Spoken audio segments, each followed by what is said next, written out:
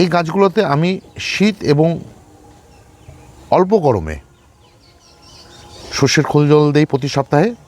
যখনই গরম বাড়তে শুরু করে তখন আমি কিন্তু এই গাছে বাদাম খোল জল ব্যবহার করি। এছাড়া গাছে অতিরিক্ত ফুল পাওয়ার জন্য আমি কিন্তু এই গাছটিতে 10-26-26 ব্যবহার করি। এছাড়া ব্যবহার করি মাইক্রোনিউট্রেন। মাইক্রোনিউট্রেন কেন ব্যবহার করি? মাইক্রোনিউট্রেন ব্যবহার করতে হয় গাছের যে 8টি পুষ্টিমূল্য, যেটা পরিমাণে অল্প লাগে কিন্তু গাছকে দিতে হয়, সেই 8টি পুষ্টিমূল্য যেহেতু টবের গাছ সংগ্রহ করতে পারে না মাটির থেকে, সুতরাং তাদেরকে উপর থেকে দিয়ে যেতে হয়। এবং এই যে 8টি পুষ্টিমূল্য একমাত্র পাওয়া যায় ভালো মানের কোনো মাইক্রোনিউট্রেন বা অনুখাদ্যে, যেটা আমরা লিকুইড আকারে বা পাউডার আকারে পেয়ে থাকি। নমস্কার, আমি দেবজ্যোতি ওরফে রান্তু। আপনারা দেখছেন রান্তুর ছাদ বাগান। গাছের গ্রোথ হয় না, গাছ ঝোপালো হয় না, গাছে ফুল ঠিক মতন আসে না, ফুল এলেও ফুলের সাইজ ছোট হয়ে যায়। এই সমস্ত সমস্যা আমাকে আমার যে সমস্ত বন্ধু বান্ধবরা রয়েছে, যারা আমাকে ফলো করে, সে ফেসবুকেই হোক বা ইউটিউবেই হোক, তাদের জন্যই আজকের এই ভিডিও। একটি সুন্দরভাবে গাছ তৈরি করতে গেলে দরকার 17টি পুষ্টিমৌল। 17টি পুষ্টিমৌলের মধ্যে 14টি পুষ্টিমৌল গাছ পায় মাটির থেকে।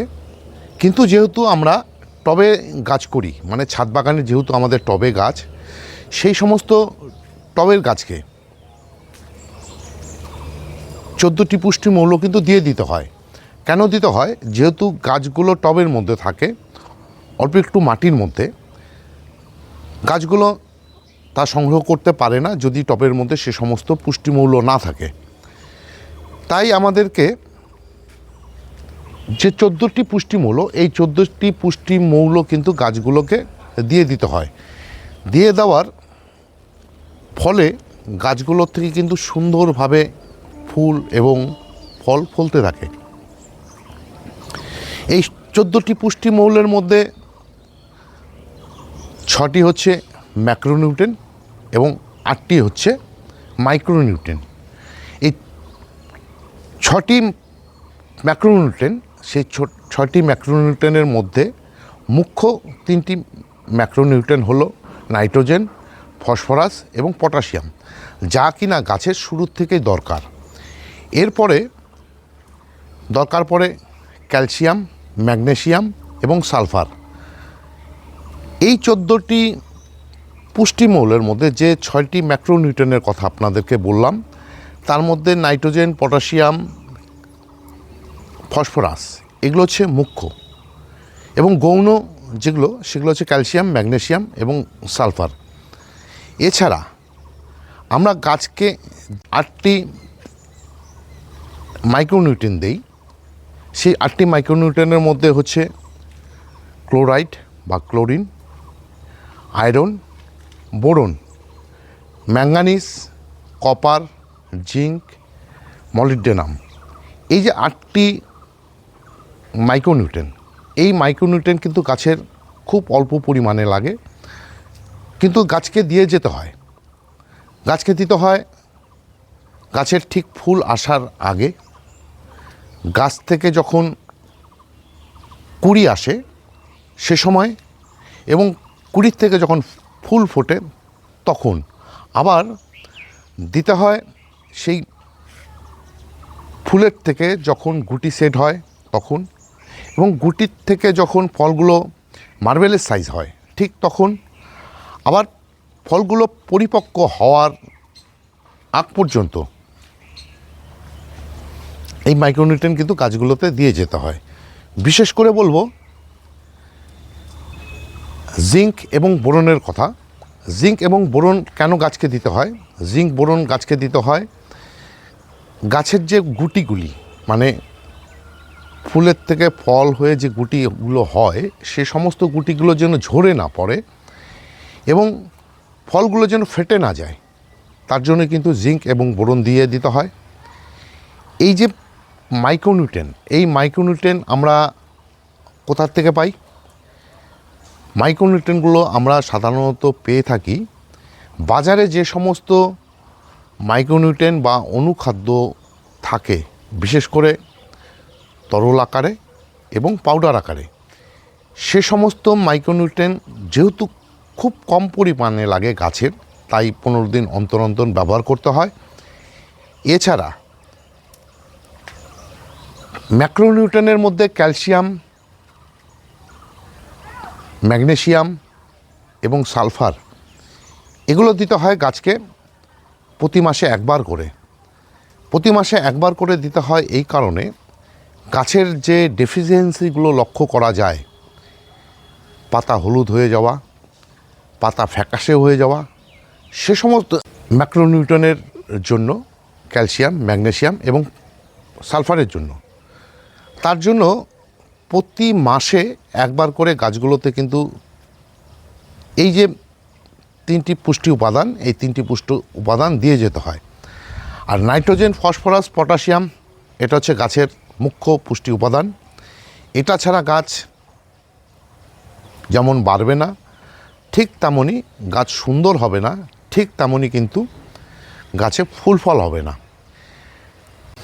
6টি মুখ্য যে ম্যাক্রোনিউট্রেন, এই 6টি মুখ্য ম্যাক্রোনিউট্রেনের মধ্যে নাইট্রোজেন, ফসফরাস এবং পটাশিয়াম কোথা থেকে পাই?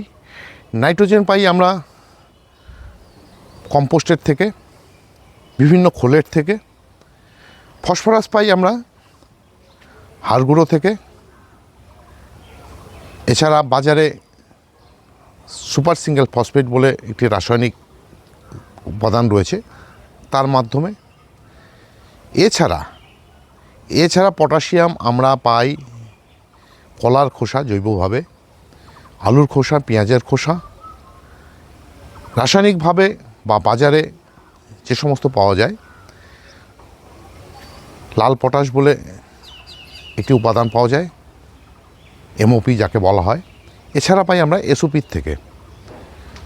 এছাড়া বিভিন্ন রকমের পটাশিয়াম এবং ফসফরাস এবং নাইট্রোজেন মিশ্রিত কিছু এনপিকে পাওয়া যায়, তার মাধ্যমে আমরা পেয়ে থাকি। ক্যালসিয়াম আমরা পেয়ে থাকি যে গৌণ 3টি পুষ্টি মৌল, তার মধ্যে ক্যালসিয়াম আমরা পেয়ে থাকি চুনের থেকে, জিপসাম থেকে, ডিমের খোসা থেকে। ম্যাগনেসিয়াম যেহেতু একটি খনিজ উপাদান, সুতরাং সেটা আমাদেরকে দোকান থেকে বা বাজার থেকে নিয়ে এসে সেটা প্রয়োগ করতে হয়। এবং সালফেটও পাওয়া যায়, তবে সালফেট না দিয়ে আমরা এসওপি বা ম্যাগনেসিয়াম সালফেট যদি ব্যবহার করি বা জিঙ্ক সালফেট যদি ব্যবহার করি, তাহলে কিন্তু এই যে সালফেটের যে ডেফিসিয়েন্সির জন্য যে সমস্যা, সেটা থেকে মুক্তি পাওয়া যায়। তাই যে সমস্ত বন্ধুবান্ধবরা আমাকে মেসেজ করে জানান, বিশেষ করে নতুন যারা বাগানি, যারা নতুন গাছ করতে শুরু করেছেন, তারা আমাকে মেসেজ করে জানান যে দাদা, আমার গাছের ফুল হচ্ছে না, পাতা ছোট হয়ে যাচ্ছে, পাতা হলুদ হয়ে যাচ্ছে, গাছ ঝোঁকপালও হচ্ছে না। কেন হচ্ছে না? তা না হওয়ার কারণ হচ্ছে এই যে আমরা পুষ্টিমূল্য, 14টি পুষ্টিমূল্য, এই 14টি পুষ্টিমূল্য দেই না। এছাড়াও কিন্তু 3টি পুষ্টিমূল্য গাছের দরকার, সেটা হচ্ছে কার্বন, অক্সিজেন, হাইড্রোজেন। সেটা গাছ বাতাস বা পরিবেশ থেকেই পেয়ে যায়, সেটাকে আমাদের উপর থেকে বা বাইরে থেকে দিতে হয় না।